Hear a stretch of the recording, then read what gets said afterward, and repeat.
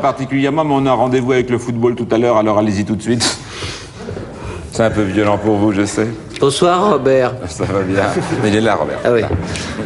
Bonsoir Robert. Moi c'est Aquarium. Robert, je voulais te dire, ce que tu fais c'est bien si tu veux, mais c'est vachement violent en même temps. Même dans la religion, là, récemment, t'as pris les aspects les plus durs. Alors que bon, le Nouveau Testament, c'est Jésus. Et Jésus, tu fais pas plus cool. Je veux dire, c'est l'inventeur de la coolitude, Jésus. Même Johnny l'a chanté. Jésus, oh Jésus-Christ, Jésus-Christ est un hippie. Oui.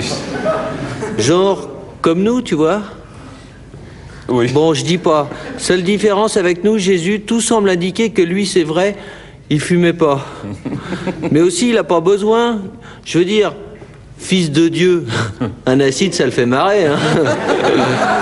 Jésus, il veut avoir une élue, il a ce qu'il faut dans les veines. Ah ouais. Et bonjour l'hérédité chargée quand même.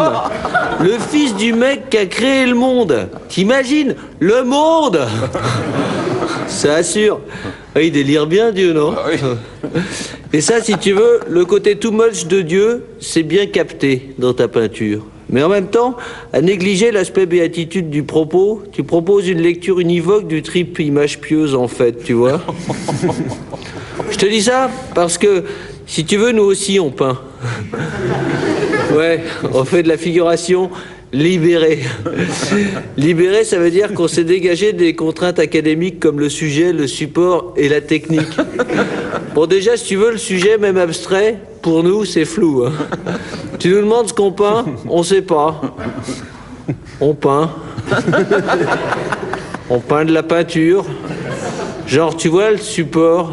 Pareil, on a dépassé l'inertie et la passivité de la toile ou du bois pour réquisitionner le hasard postulé par la vie.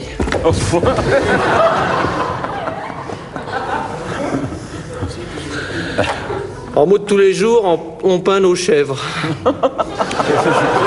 Enfin, je veux dire, sur nos chèvres. On a bien compris. Bah ouais. Or, une chèvre, ça bouge. Donc, une fois qu'elle est peinte, au premier mouvement qu'elle fait, ça étire sa peau et du coup, c'est plus le même tableau. Et ainsi de suite à chaque mouvement. Tu vois le plan? Ça inaugure l'art inexorable en perpétuelle réinvention, en quelque sorte. Le seul truc, c'est si t'as des chèvres, les peins pas toutes. Non. Parce qu'une fois peinturlurée, chaque fois qu'elles se voient dans la glace, leur lait tourne. Je te raconte pas le goût du fromage après. Mais surtout, on a aboli le joug phallique du crayon ou du pinceau. Ah oui. On se réunit. C'est pas obligatoire, hein, mais de préférence, nu si tu veux, c'est mieux. Et on renverse sur le linoléum le contenu de pots de peinture chourés sur des chantiers. Ensuite, on se roule dedans, tous, et on se frotte les uns contre les autres. C'est pour ça que je te disais que nu, c'était plus cool, tu vois.